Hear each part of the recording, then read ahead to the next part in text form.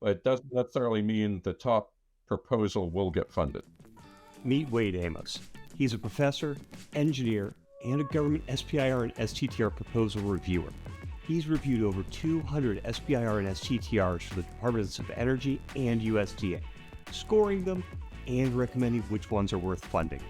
So during this conversation, you'll learn what the evaluators are looking for, Our goal is to fund the right people. how the evaluations really work, So let's say 50% are eliminated during the technical review, and then another 50%, the most common mistakes that kill proposals, and it ends up being a low score. and what you can do to give yourself the best chances of being funded. They can go down that scoring sheet, go check mark, check mark, check mark, yes. So I've submitted 9 or 10 SBIRs and STTRs over the years.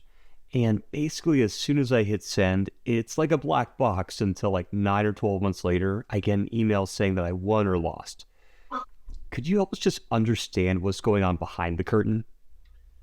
So again, my experience, this was when I was working at NREL about 10 years ago, but I'm pretty sure the process is still the same. It's just become maybe a little bit more high tech with better infrastructure these days. But the first thing they're going to do is they're going to look to make sure all of the attachment and all of the files required for the proposal are complete. So that's an administrative function. They're going to check that off to start with. If something is missing, they might get back to you, or they might just reject the submission right off. And then what they'll do is they'll line up the proposals, upload them to a site where the reviewers can access them. The reviewers are chosen ahead of time, so everyone knows these are coming, so that as soon as the proposals come in, they can send them out as quick as possible and get the review started. So each proposal is usually reviewed by a team of 3 people. So each of those 3 people will review it independently, and then those 3 people will get together and come to a consensus score on what the 3 of them agree is the proper score for that. And depending on exactly which proposal program solicitation it is, they may at that point recommend funding it or not funding it. For larger awards, like over $1 million, they may go to an additional step where they'll bring the whole group of reviewers together and have all of the reviewers look at all of their proposals. And then they will do a ranking and say, okay, these proposals are good enough to be funded and these proposals are not. So really the key is getting to a point where you've said, these proposals are good, these proposals are bad, and the bad ones will be rejected. The good ones will move forward, and typically that's where the technical reviewers like me are done. We've said, here's the ranking, here are the ones we think are worth funding, and then it'll go into programmatic factors like location-wise, we want to spread these out throughout the country so that not one state gets them all. If there's several different topics of proposals, they may have a certain topic they're more interested in funding, so that one may move up on the award list compared to something else. And there may be legislatures that push for specific proposals that they're interested in for strategic reasons. And so there also, for the big awards, there may be a contract negotiation. So sometimes you might be selected and not hear anything because the top people are negotiating a contract. If they don't get the contract, they may go down the list to someone else. So that may delay even an acceptance response coming to you. Huh. So that's really interesting. Just to make sure I understand this correctly. So the agencies get 100 proposals. And then you guys get together and say, okay, these top 25, 30, whatever it is, they're worthy. They've passed your screening. And at that point, whether you're number 1 or number 25, that isn't really weighted. It's like they're on to other factors to determine who wins within those. It will be part of the decision-making process.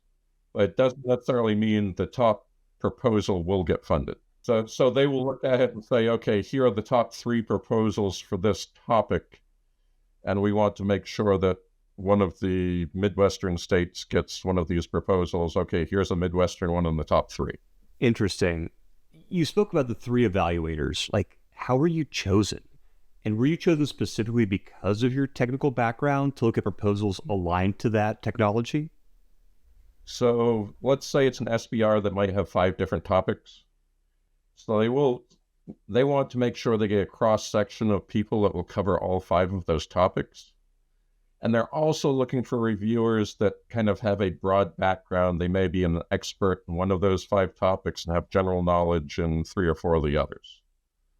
So you're not typically going to find an expert that's knows in depth about all 5 of the topics that the solicitation asks for.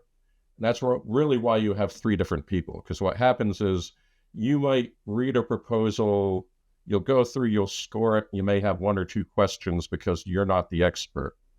When you get into that consensus meeting with the 3 individuals, typically one of those people will have a lot more knowledge than you, and they can steer you in the right direction so that you all agree with either a good score or a bad score. That makes sense. But man, it must be hard to find people like you who have such a breadth of technical domain experiences. So some of us, like I was working for a contractor for the Department of Energy, and so a lot of people were pulled out of the government labs, some people out of university positions, and then also from industry. So for example, the renewable energy group would have a database that you could submit your name to and your qualifications to. And as they got proposals for outside help, outside the government, they could go to that database and say, okay, we need an expert on carbon capture, we need an expert on renewable fuels. Look down the list and you'll get a phone call saying, hey, we have this proposal coming up. Are you interested in helping us out? Okay, that makes sense. So much of the magic or mystery, at least on the proposer side, is the scoring grid. So in the RFP, we get an evaluation criteria, but it's pretty general. Like you'll be evaluated on your technical merit, your commercial merit, the strength of the team, and that's about it. So when you sit down with your stack of proposals, do you have a more detailed scoring grid, or is it also pretty open-ended? So you've got the scoring grid. Usually the body of the solicitation has more detail on specifically what they're looking for. Sometimes it doesn't. But usually I'm going by that scoring grid and whatever's in the solicitation. So if someone asks me to review a proposal form, which occasionally happens, I can't review it without having the original solicitation and the scoring form that I can compare it against. So one thing you shouldn't do is have one copy of your proposal that you submit to 5 different solicitations, because each one will have slightly different criteria or slightly different formatting. If you don't customize it for their particular formatting, it's probably going to hurt your score. So typically there's a technical and a commercial volume. And I've been told that you need to be really explicit in your proposal, like connecting the dots between the elements of the proposal grid or on the scoring grid to your proposal, like putting down in your proposal, this is demonstrative of criteria 2A or whatever it is on your scoring grid. I don't think you have to be that clear. The reviewers know what they're looking for the criteria, and they will see it or they won't see it. So I don't think you have to go to the point of going number by number. It certainly won't hurt if you're trying to go down the checklist. But usually it's pretty clear whether you've demonstrated or not without using the explicit statements of see section 2.2 and 2.3. So like the DOE and like your NSFs and HHSs, my perception is that they're looking for a much more academic, like theoretical proposal. Something like, we're expanding the frontiers of science through this R&D.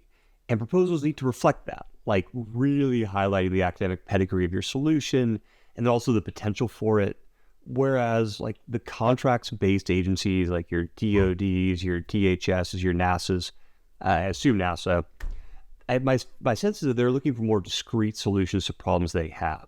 So the more concrete you can frame or you can make your SBIR solution and make it seem like it's as low risk as possible, the better your chances.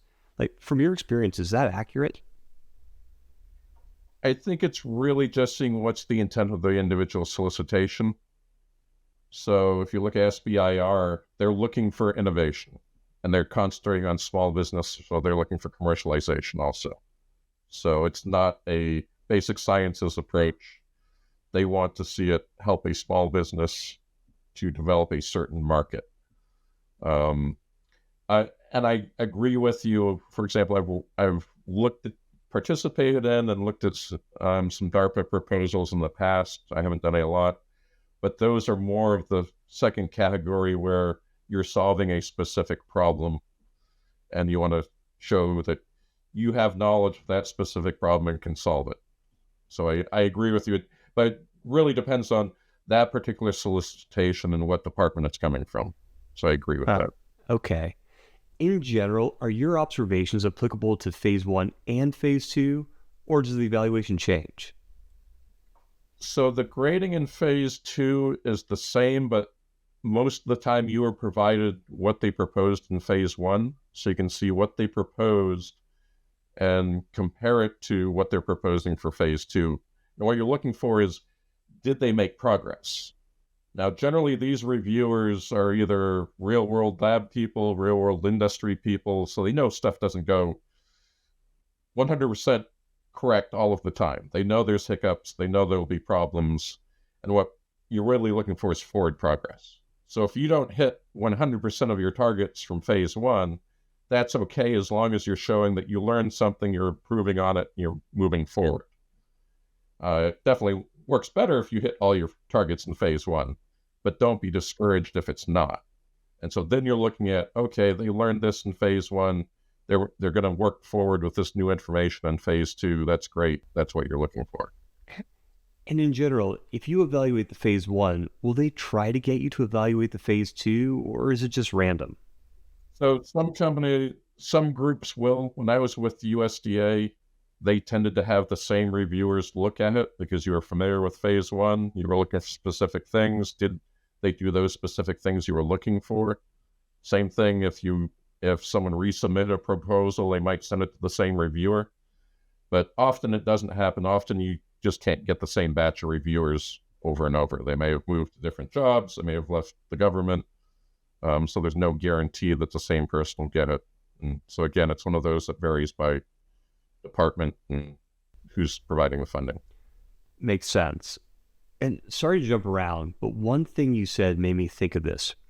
You mentioned that the award notification is a bit of a moving target because they don't want to reach out to you until they've signed contracts with the winners. But I've also noticed that the submission deadlines can shift. Can you give us a little bit of insight into what's causing that?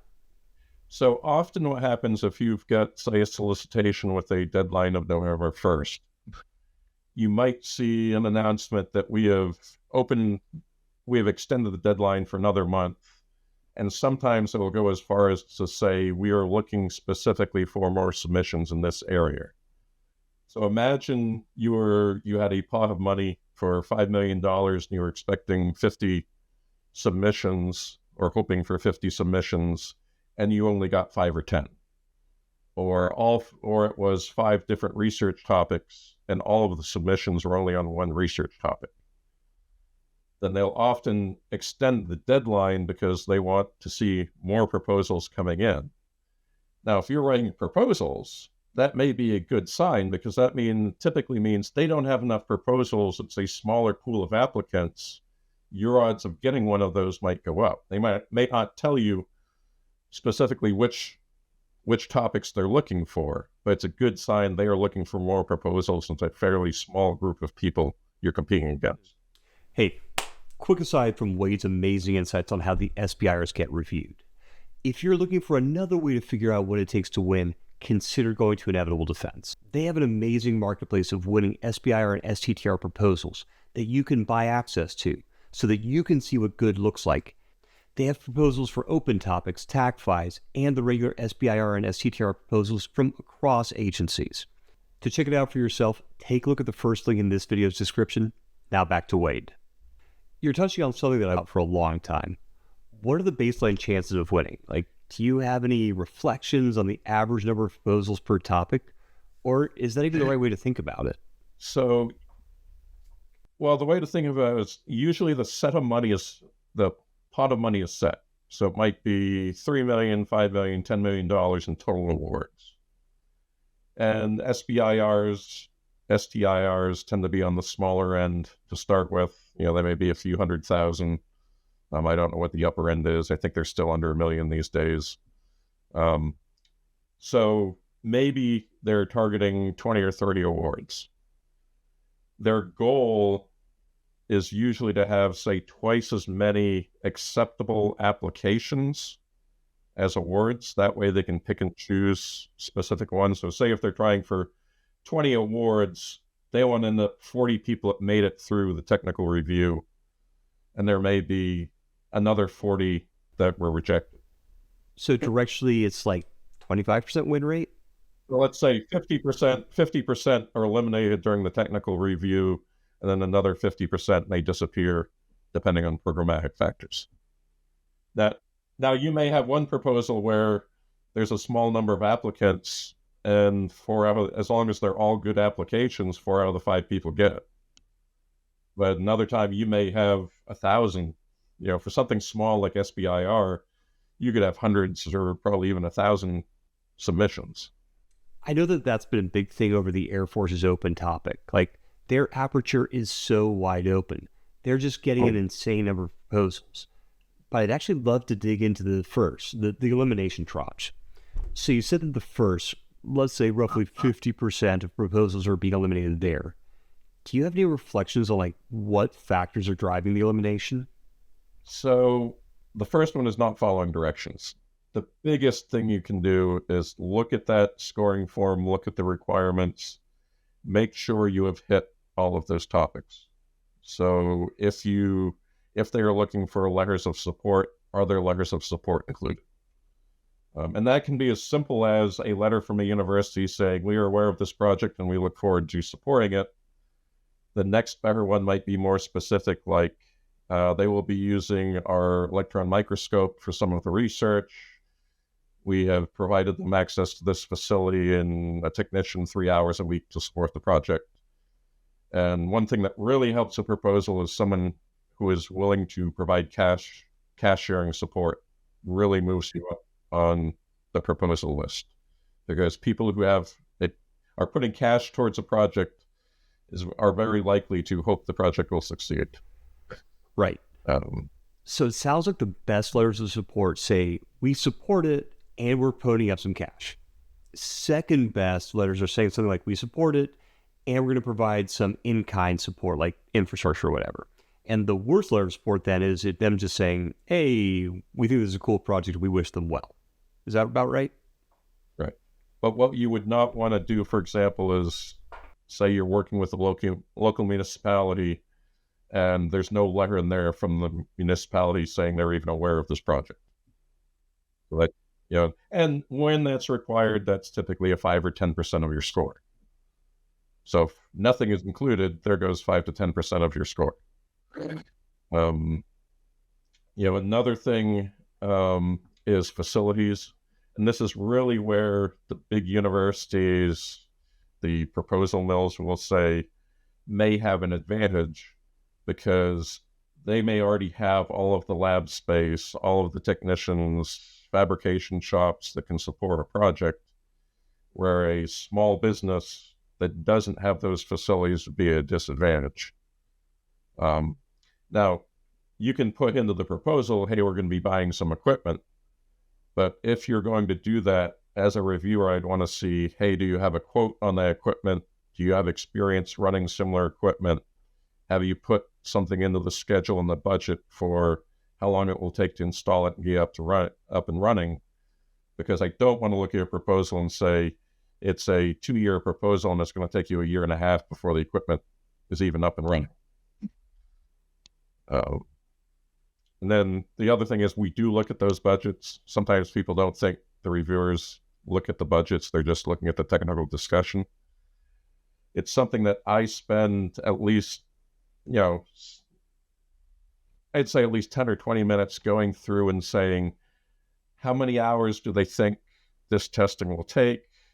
How many staff members do they think it will take? Are they paying the staff members what looks like a reasonable wage?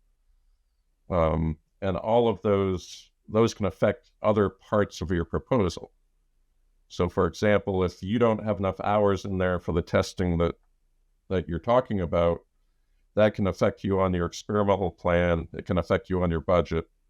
It can affect you on your schedule because it's just not adequate to get the work done. So you could get dinged in multiple sections for something like that.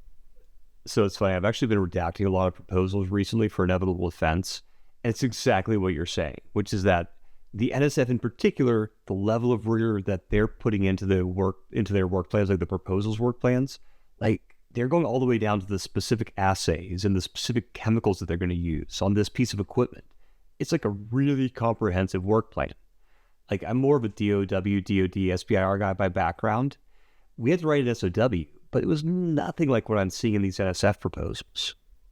Now, one comment I would make is what you're really doing by going to that level of detail is proving that you've thought about it. It is okay once you start executing the project to make changes. So you may have a section of your statement of work where you're talking about, we're going to use this instrument, we're going to take 10 readings on each test run, and we plan to do 5 test runs. Now, if you find out during the first test run that instrument is not going to work, we want you to change.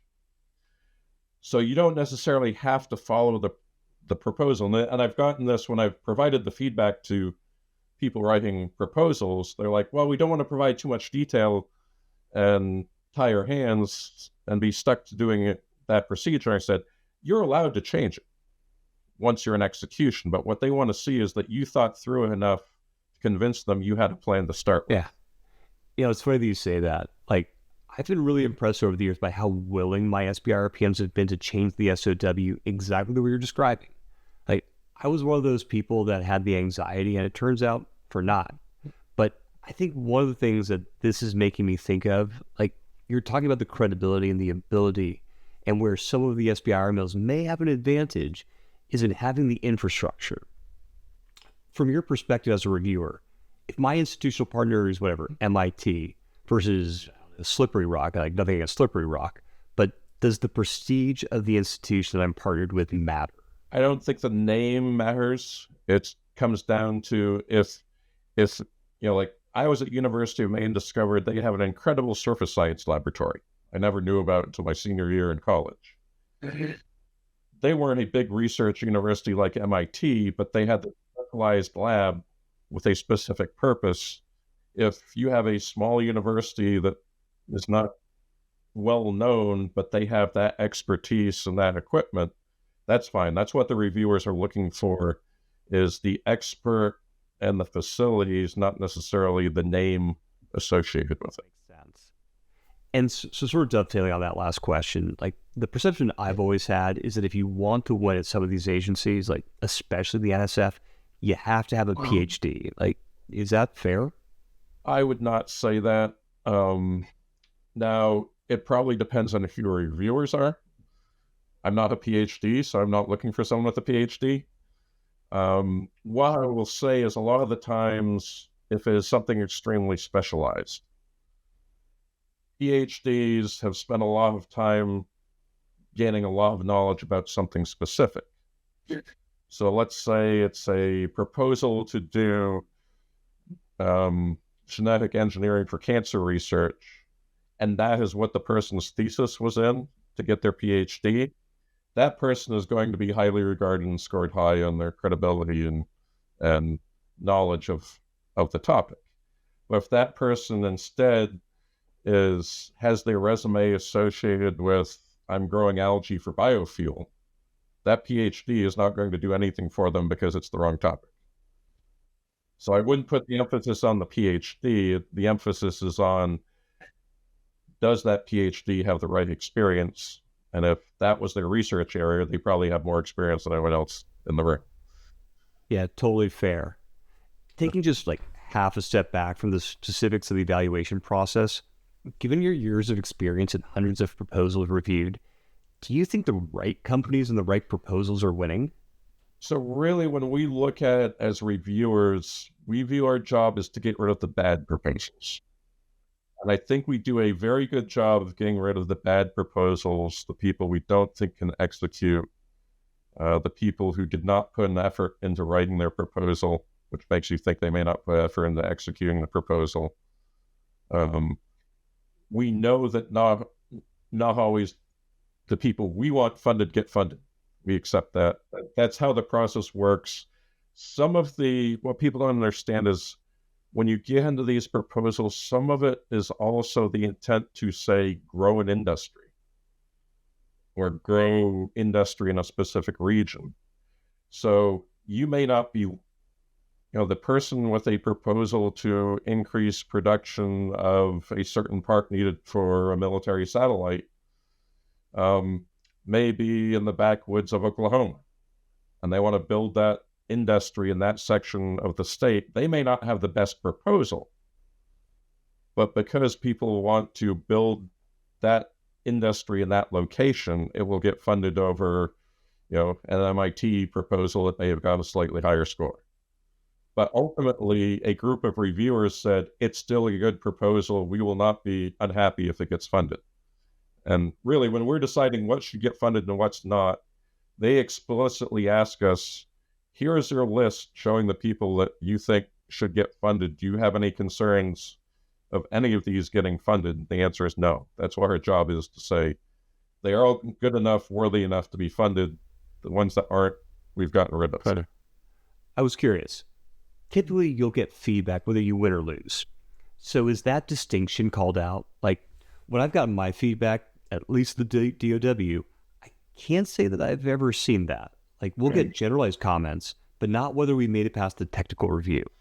Yeah, I don't think you will get the scoring or know where you ranked on the list. That's generally not given out. But the comments, and one bit of advice is, if you are given the opportunity, either in writing or in a phone call, to get the feedback, absolutely get the feedback. Some people are so unhappy that they didn't get funded, they don't pay any attention to the feedback, and it's really valuable feedback and can really help, because the reviewers are not necessarily trying to weed people out. They really want to give them feedback to help them and hope that they'll get the next one. That's great. I've always got a lot from the feedback that I've received. Taking another half step back away from the details of the evaluation process, do you have any reflections on what proposers can be doing to improve their scores or improve their chances of winning? Another thing is, do not assume, I mentioned that the reviewers have some knowledge, typically have some knowledge of all the topics, but aren't necessarily experts. Take the time to explain what your idea is and how you're going to do the research. Don't assume that, because you were doing a certain test, someone knows why you're doing that test. So I heard a story about someone that had like a 90% win rate on their submissions. And he said his secret was that he would give the draft of his proposal to his wife, who was an elementary school teacher, and she would read through it. If she understood it, there was a good proposal. If there was something she didn't understand, he would rewrite it. Because again, it's how good are you communicating your idea? And sometimes the smartest people are not necessarily good at doing the communication portion of the proposal. Another thing I've seen is, and I've been asked this by people who are going for proposals, they go, should I see a proposal that interests me and then come up with an idea that fits that proposal? And it really doesn't work well. You really want to say, this is my area of expertise. This is a topic that we have experience doing, or what my business does, or we have people in our staff who have this knowledge, and look for a solicitation that matches what you do. Don't try changing what you do to match whoever solicitation is on the street that day, because it usually isn't worth trying to pretend you're an expert in something you're not. Just on brass tacks, if you think about the distribution of scoring weight between all the technical and the technical and commercial volume, roughly what's the distribution of weight? To me, the experimental plan is the most important part of the document, whether it's an experimental plan or a statement of work, which are depending on what your proposal is. Because you've already told me your good idea. As long as you're clear communicating what your idea is, and one of the great things about doing reviews is I get to see people's research that they're working on that hasn't made it out into the general public. So it's great. There are some great ideas out there when I'm doing these reviews. But showing that you've thought through how you're going to do things, how long they will take, how you're going to interpret the data, what decision you will make based upon that data to do your next step. It might be 15 or 20% of your score, but probably if it's going to bias a reviewer, if they like your idea and they like your experimental plan, you may get some extra points here and there on the rest of the proposal to make sure it gets through. Another thing is on the expertise. You can hire expertise, so do not be afraid to say, I'm teaming up with a university, I'm teaming up with a consultant. The key is that have that person in your proposal so the reviewer can say, yes, this is someone with the expertise. Yes, there's a support letter. They've agreed to help on this project. Do not say, we're going to find a technical expert after the fact, and then we'll do the work, because there's no way you can get a good score on qualifications if you don't know who that consultant's going to be. And there's no way you can confirm the budget is correct if they haven't talked about how much it's going to cost to use that outside resource. Gotcha. Thank you. And one thing that you've touched on a couple times is the importance of compliance and just making sure that your proposal addresses every question. Any thoughts about common places where people get this wrong? So it's extremely annoying. I realize that, but you can blame prior applicants for every one of those annoying rules. So when I started doing proposals, there were some that I had that didn't have a page length limit. So people would submit a proposal where the body of the proposal was 50 to 100 pages long. Now, as I said, if you were working for the government, you're doing these proposals for free along with the rest of your regular job. Or if you're an outside consultant doing these reviews, when I did some in the past, you might get paid $50 or $75 per review. So you really can't spend 4 or 5 hours per proposal. And you don't want to be reading through 100 pages of discussion. And so they put page limits in, and then that naturally progressed to, okay, we'll use a smaller and smaller font and get the same discussion in the fewer pages.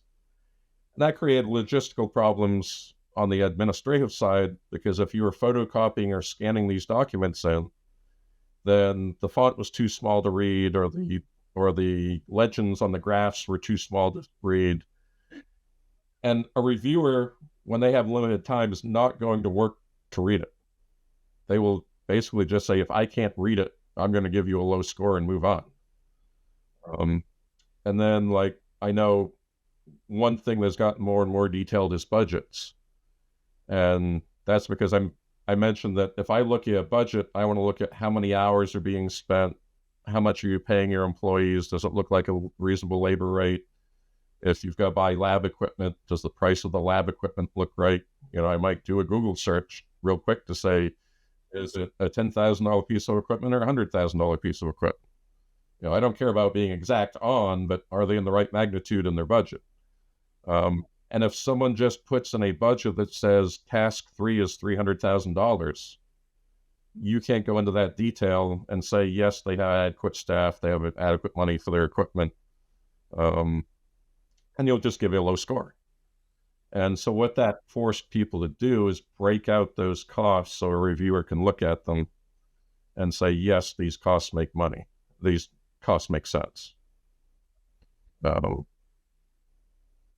the same thing, some of the environmental ones, you have to do environmental emissions. You can use different sources and end up with wildly different numbers on what the environmental impact of something is. And so they will give you a specific way to do the environmental impact if that's part of the requirement of a proposal. So one of the reviews we were doing on, we saw a proposal that we knew had some misinformation on it. and we could prove there was misinformation in it, and we wanted to eliminate the proposal or give it a low score. And so when you say misinformation, just like factual inaccuracies? So they're factually inaccurate. They're quoting sources that were not the proper sources, this type of stuff. And we knew it from doing research. We were familiar with the material. And all the reviewers agreed that there was a problem with the proposal and that was not a truthful proposal, but there was nothing in the scoring criteria that honesty was a requirement for an award. Seems implied, but yeah. Right. And that's why I said it seemed implied to me, well, now you have a signature block on proposals that say, this information is true to the best of my knowledge, so that if that gets detected, there is a way to throw out the proposal. So again, it went in there as a result of abuse in the past. Seems like a good policy. And the other thing that you don't want, which I have seen, is a lot of the time proposals are written by, are finalized by an administrative person, or they will put down 3 or 4 professors working on a proposal, and the professors did not know they had been included in a proposal. And so they want to know that if you were included as a principal investigator, that you truly did know that you'd been included as a principal investigator. Seems like a good policy. Sorry, this just sprang to mind. So I spent a lot of my time on the venture side of the house, working with our portfolio companies, trying to help them access non-dilutive. And one of the tensions that we frequently find is the government's asking for X, and the company's product roadmap, where they're going, is sort of a lot similar, but sort of like whatever, 20 degrees off from X.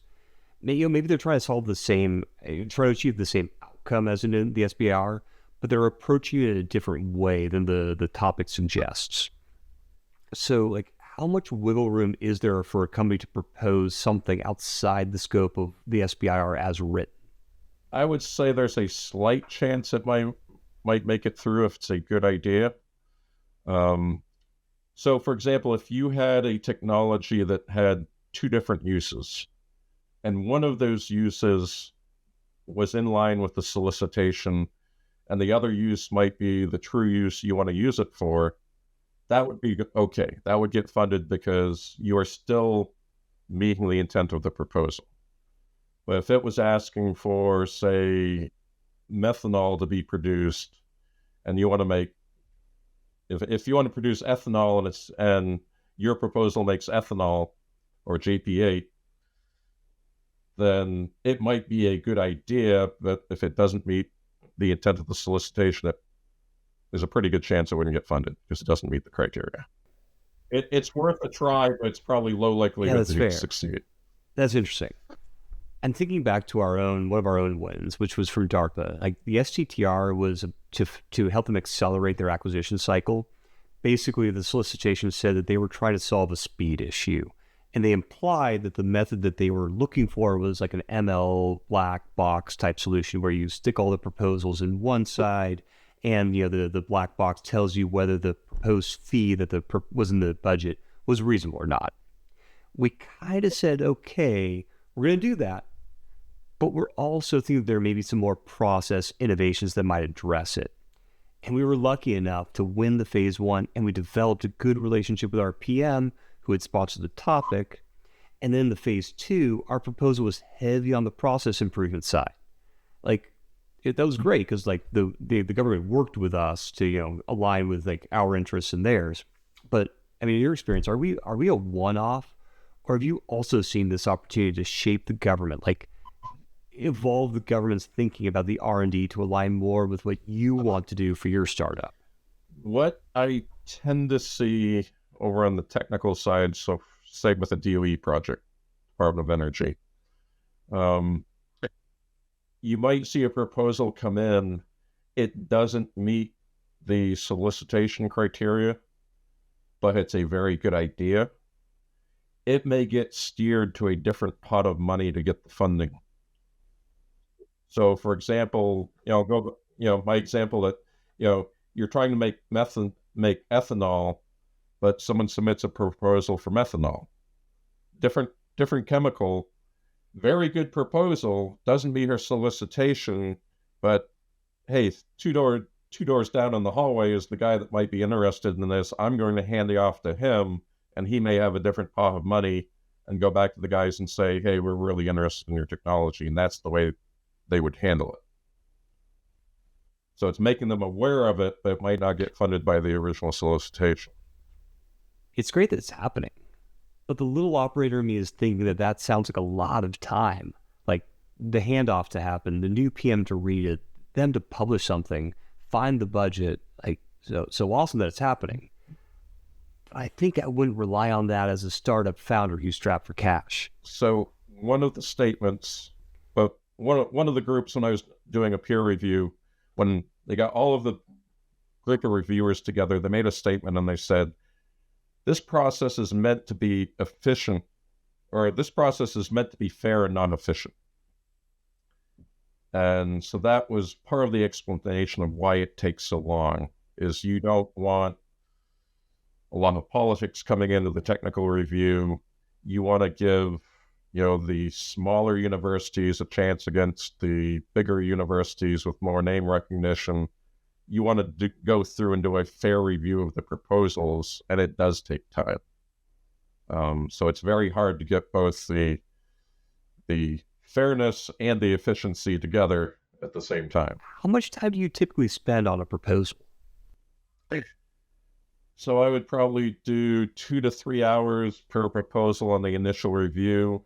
And then if we met as another couple hours reviewing the total list of proposals with the group of the 3 of us. And then if we got the whole group together, that could be 2 or 3 days to review a list of 50 to 100 proposals to find the top 20 or 30. So just be really pragmatic here for a minute. Let's say 3 hours, 180 minutes. The typical proposal is probably at least 25 pages. So you're flying through these. So I am probably doing a very careful review of the technical section and experimental plan. And that's a lot of spot checking. So I'm not going through line by line on the budget. I'm checking 2 or 3 line items I'm most curious about. I will spot check the schedule. So if there's something that is in the experimental plan that I think might take a long time, does the schedule show it's going to take a long time? I will spot check the resumes to say, does this person appear to have the experience? I'm not reading a resume line by line.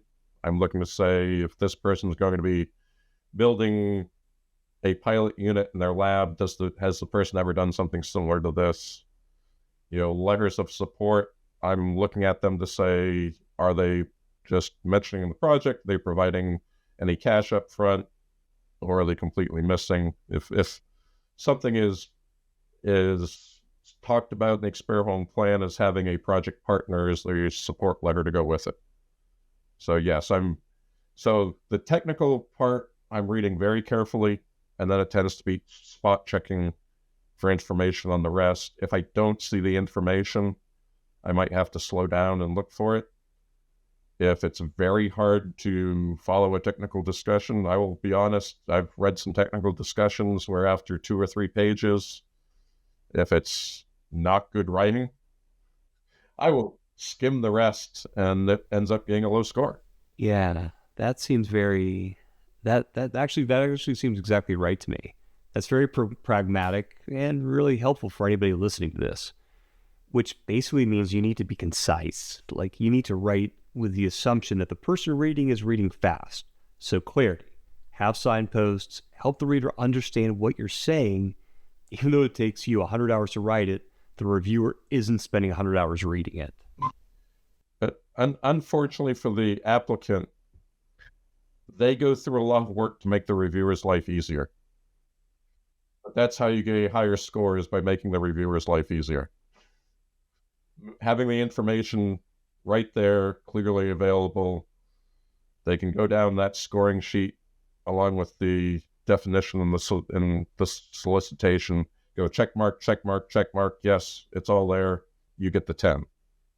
You make me search for it. Okay, if I find it and it's there, you may still get the full score. If I spend 5 minutes looking for it and I can't find it, then you may end up with a low score. So I guess one thing that you're making me think of is this tension between having a very rigorous, repeatable process that can be audited, but then there's only 25 pages. There's a universe of factors that are going to impact whether a company can successfully deliver. Are you going out like Google searching the proposers to see if they're like a real company, like whether there's evidence that they really know what they're doing, or are you really kind of just like confining your review to what's in the proposal itself? So one misconception might be that this is kind of like a courtroom and a jury isn't allowed to do outside research. We are allowed to use outside information. I wouldn't say we go searching for it.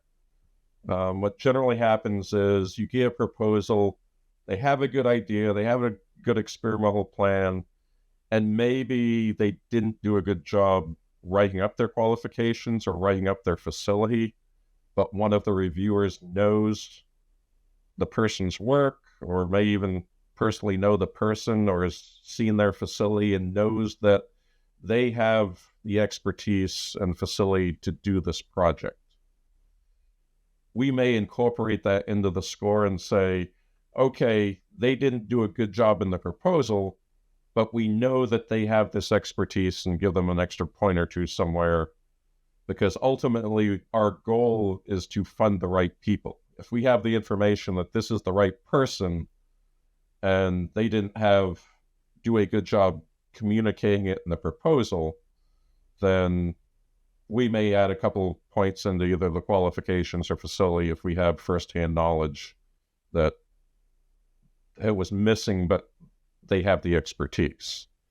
It won't help for a proposal that's just poorly written or has a completely bad idea. We won't boost a score for that. But if it's something minor like that, where someone's just like, gee, I wish I knew that they already had a pilot facility, and we're like, oh yeah, they've got a pilot facility, I've seen it 3 times. Then the person who had the concern, we can alleviate their concern and fix the score and continue forward. But we don't, for example, go out and research what is their facility and what equipment's in it. It's more of if we have immediate knowledge because we're familiar with the project. The other thing is we're allowed to use our expertise to look at their experimental plan or their idea and say, we're ultimately saying, do we agree with this, that this is the proper approach? If we don't think it's the proper approach, based on our experience, we can incorporate that into the score as well. That's why they hire experts to review the proposals and provide that judgment. I'm glad to hear that. Well, Wade, this has been incredibly helpful for me. Thank you.